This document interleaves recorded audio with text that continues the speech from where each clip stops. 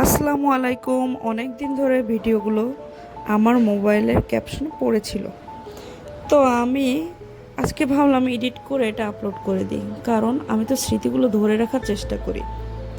যাই হোক, এটা ছিল হচ্ছে ঈদুল আজহার ভিডিও। তো ঈদুল আজহার আগের দিন আমরা একটু বাইরে ঘুরতে গিয়েছিলাম, আমি আর আমার ছেলেরা। তো এখানে এরা একটু মজা করলো। তারপর যেহেতু ঈদুল আজহা, আমরা সবাই মশলাপাতি গুছাই। সকালবেলা দেখেন ঈদ মোবারক বলতে বলতে ছেলেগুলো নামাজ পড়তে চলে যাচ্ছে ওর বাবার সাথে নামাজ পড়তে গেলে ওই পাশ থেকে ওর দাদার সাথে মসজিদে যাবে। তো এদিকে কিছুক্ষণের মধ্যেই কিন্তু গরু নিয়ে আসলো এবং জবাই দিয়ে দিল। গরু জবাইটাই হচ্ছে ঈদুল আজহার মেইন আকর্ষণ।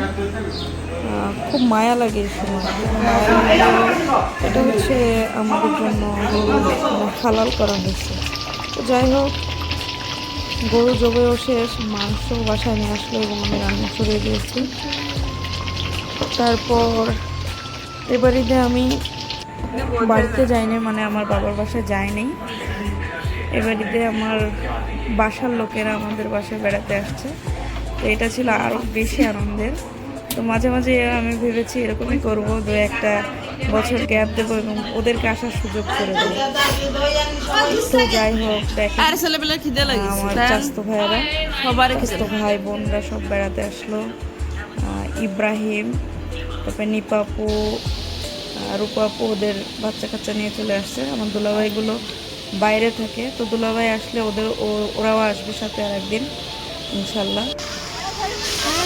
তো আমরা ঈদের পরদিন ঈদের তৃতীয় দিন আসলে আমরা একটু বাইরে বেরোলাম সবাই মিলে। পাশে যেহেতু পৌর পার্ক আছে, তো পৌর পার্কেই আগে আসলাম। আর এর আগের রাতে হচ্ছে আমরা দরাটানা পার্কে গিয়েছিলাম। উপরে উঠতেছে কেন? ওই দেখ উপরে উঠতেছে।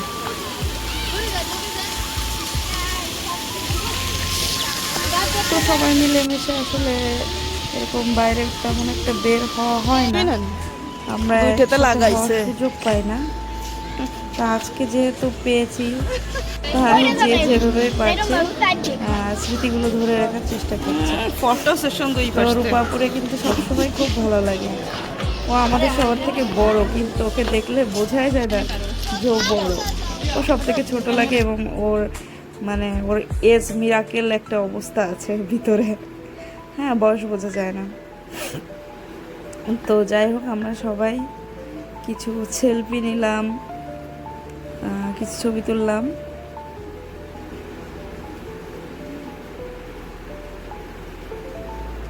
আর এরপরে আবার আমরা ফিরে এলাম। তো এবার এই